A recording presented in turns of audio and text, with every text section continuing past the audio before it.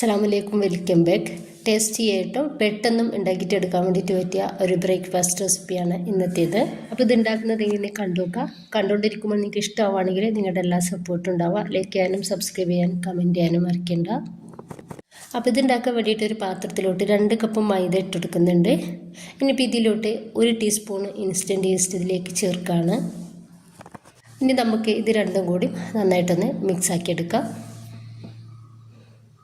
ഇതിലോട്ട് ചേർത്ത് കൊടുക്കുന്നത് 2 ടേബിൾ സ്പൂൺ പഞ്ചസാരയാണ്. പഞ്ചസാര കൂടി ചേർത്തെടുത്തതിന് ശേഷം ഒന്നുകൂടി ഒന്ന് മിക്സാക്കി എടുക്കുക. ഇനിയിപ്പോൾ നമ്മളിതിലേക്ക് ചേർത്ത് കൊടുക്കുന്നത് ഒരു കോഴിമുട്ടയാണ്. 2 ടേബിൾ സ്പൂൺ ഓയിൽ കൂടി നമുക്കിതിലോട്ട് ചേർത്ത് കൊടുക്കാം.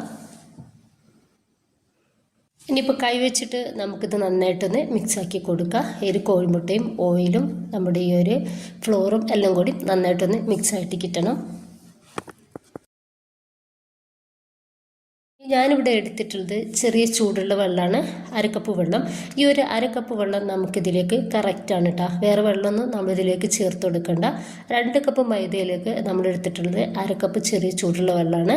ഇനിയിപ്പോൾ ഇത് കുറേശ്ശെ ആയിട്ട് ഒഴിച്ചെടുത്തിട്ട് നമുക്കിതൊന്ന് കുഴച്ചെടുക്കാം.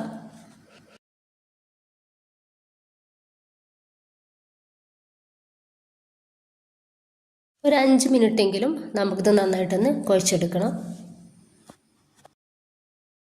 ഞാനൊരു 5 മിനിറ്റോളം കുഴച്ചെടുത്തിട്ടുള്ള നമ്മുടെ ഒരു മാവ് നല്ല സോഫ്റ്റ് ആയിട്ടുണ്ട്. ഞാനിതുപോലൊരു കുറച്ച് വലിപ്പമുള്ളൊരു പാത്രമാണ് എടുത്തിട്ടുള്ളത്. അതിലടിയിൽ കുറച്ച് ഓയിലൊന്ന് തേച്ചെടുത്തിട്ടുണ്ട്. അതിലേക്ക് നമ്മുടെ ഒരു ഡോ വെച്ച് കൊടുക്കുക. എന്നിട്ട് മൂടി വെച്ചിട്ട് 1 മണിക്കൂർ നമ്മൾ റെസ്റ്റ് ചെയ്യാൻ വേണ്ടിയിട്ട് മാറ്റി വെക്കണം. ഈ ഈസ്റ്റ് ഒന്ന് വറുക്കാൻ വേണ്ടിയിട്ടാണ്. അപ്പോൾ ഇതാ കറക്റ്റ് 1 മണിക്കൂറായ സമയത്ത് നമ്മുടെ ഈസ്റ്റൊക്കെ നന്നായിട്ട് വർക്കായിട്ട് നമ്മുടെ ഒരു മാവ് ഡബിളായിട്ട് പൊങ്ങി വന്നിട്ടുണ്ട്.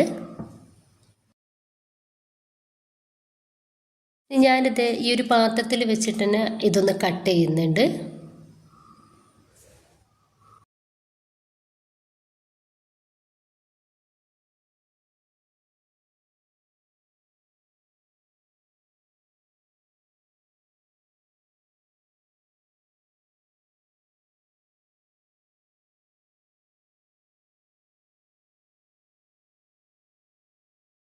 ഓരോന്നും ഞാൻ റൗണ്ടിലുള്ള ബോൾസുകളാക്കിയിട്ട് എടുത്തിട്ടുണ്ട്. ഇനിയിപ്പോൾ കൗണ്ടർ ടോപ്പിലേക്ക് കുറച്ച് ഓയിൽ ഇതുപോലെ ഒന്ന് തേച്ച് കൊടുക്കുക.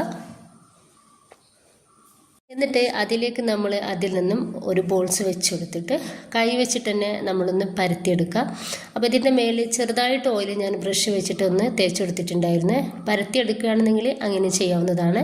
ഞാനിപ്പോൾ ഇത് കൈ വെച്ചിട്ട് ഇതുപോലെ ഒന്ന് പരത്തിയെടുക്കുകയാണ് ചെയ്യുന്നത്. ഇത് നമ്മൾ ഒരുപാട് വലുപ്പത്തിൽ പരത്തിയെടുക്കേണ്ട, ഒരു മീഡിയം സൈസുള്ള വലിപ്പത്തിൽ വേണം നമ്മളിത് റെഡിയാക്കി എടുക്കാൻ വേണ്ടിയിട്ട്. ചെറിയൊരു കട്ടിയിലാവുമ്പോഴാണ് ഇത് ഭയങ്കര ടേസ്റ്റ് ഉണ്ടാവുക. അപ്പോൾ അതാ ഈ ഒരു വലിപ്പത്തിൽ ഞാനിതൊന്ന് റെഡിയാക്കി എടുത്തിട്ടുണ്ട്.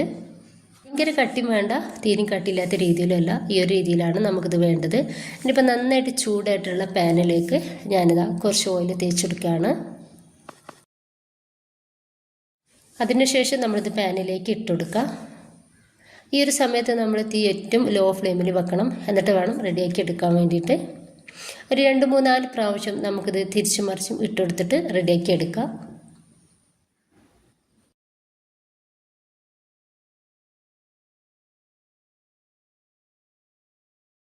ഇപ്പോൾ ഇത് റെഡി ആയിട്ടുണ്ട്.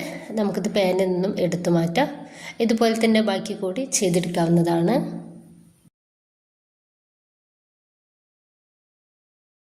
ഇപ്പോൾ അതാ മുഴുവനായിട്ട് റെഡിയാക്കി എടുത്തിട്ടുണ്ട്. നല്ല ടേസ്റ്റാണ്. അപ്പോൾ എല്ലാവരും ഒന്ന് തയ്യാറാക്കി നോക്കുക. ഇഷ്ടമാണെന്നുണ്ടെങ്കിൽ എല്ലാ സപ്പോർട്ടും ഉണ്ടാവുക. ഇൻഷാ അല്ലാ. ഓക്കെ.